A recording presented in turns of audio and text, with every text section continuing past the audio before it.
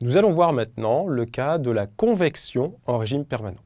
La convection thermique est un mode de transfert de chaleur qui implique le déplacement d'un fluide, qu'il soit liquide ou gazeux. La convection peut se faire soit de manière naturelle, c'est le cas dans une casserole où l'on chauffe l'eau et où l'eau chaude remonte alors que l'eau froide redescend. La convection peut se faire aussi en mode forcé s'il y a l'intervention d'un système extérieur. On pense particulièrement aux ventilateurs qui permettent de ramener l'air sur le système qu'on souhaite refroidir. Quel que soit le mode de convection, le transfert de chaleur entre la surface S à la température T et le fluide environnant se fait par conduction, car la vitesse du fluide est nulle en contact avec la surface. On considère qu'il y a continuité de la densité de flux d'énergie à la surface du corps en contact avec le fluide. Ce qui nous permet d'écrire phi minuscule à la surface est égal à moins lambda S fois d rond t sur d rond x lorsque x égale 0, qui est aussi égal à moins lambda f d rond t sur d rond x lorsque x égale 0. Le premier terme représente la densité de flux de chaleur dans le solide au niveau de la surface isotherme située en x égale 0. Le deuxième terme correspond à la densité de flux de chaleur dans le fluide au niveau de la surface isotherme située en x égale 0. Lambda S et lambda F sont respectivement les conductivités thermiques du solide et du fluide. On suppose maintenant que le solide a une température Ts qui est beaucoup plus élevée que la température du fluide que l'on va noter Tf. On va supposer également que le volume du fluide est immense par rapport au volume du solide. Dans ce cas, il est facile d'admettre que la température chute rapidement entre la surface du solide et une petite couche de très faible épaisseur située dans le fluide. Cette très faible épaisseur est appelée couche limite et notée xi. L'introduction de cette épaisseur xi permet de passer de l'écriture différentielle à une écriture plus simple.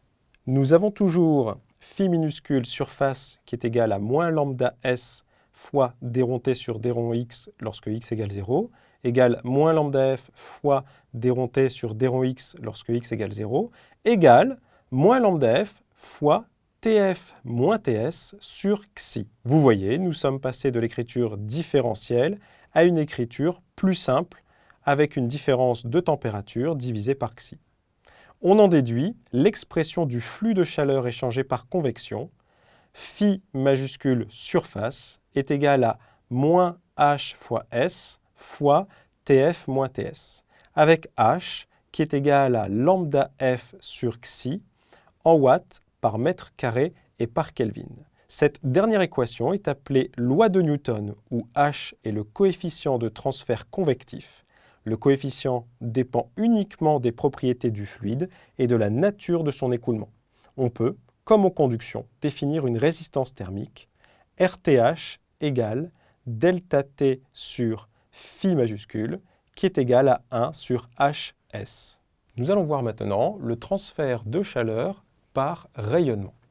Ce transfert de chaleur est le seul qui s'effectue sans milieu matériel. Tout corps matériel ayant une température différente du zéro absolu émet à sa surface un rayonnement. Ce rayonnement dépend de sa température et de son état de surface. Ce corps peut également absorber le rayonnement du milieu environnant.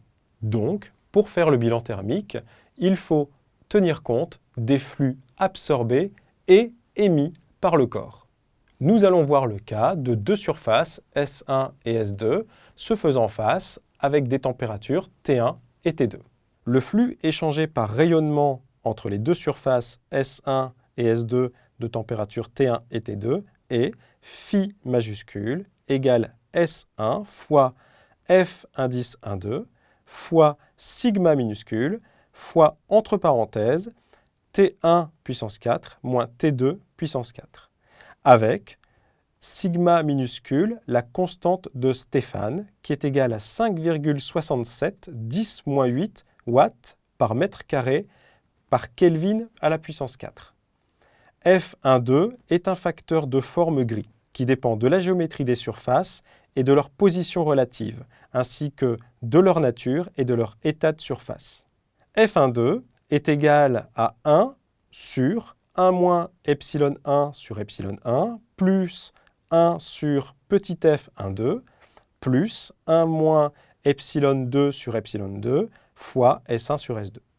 Epsilon, que l'on voit ici, est l'émissivité de la surface et F1,2 est un facteur purement géométrique. Cela permet de rendre compte de la capacité de la surface à émettre du rayonnement en fonction de sa géométrie. Dans ce module, nous avons donc vu la différence entre la température et la chaleur, le calcul de la quantité de chaleur, ainsi que les différents modes de transmission de la chaleur.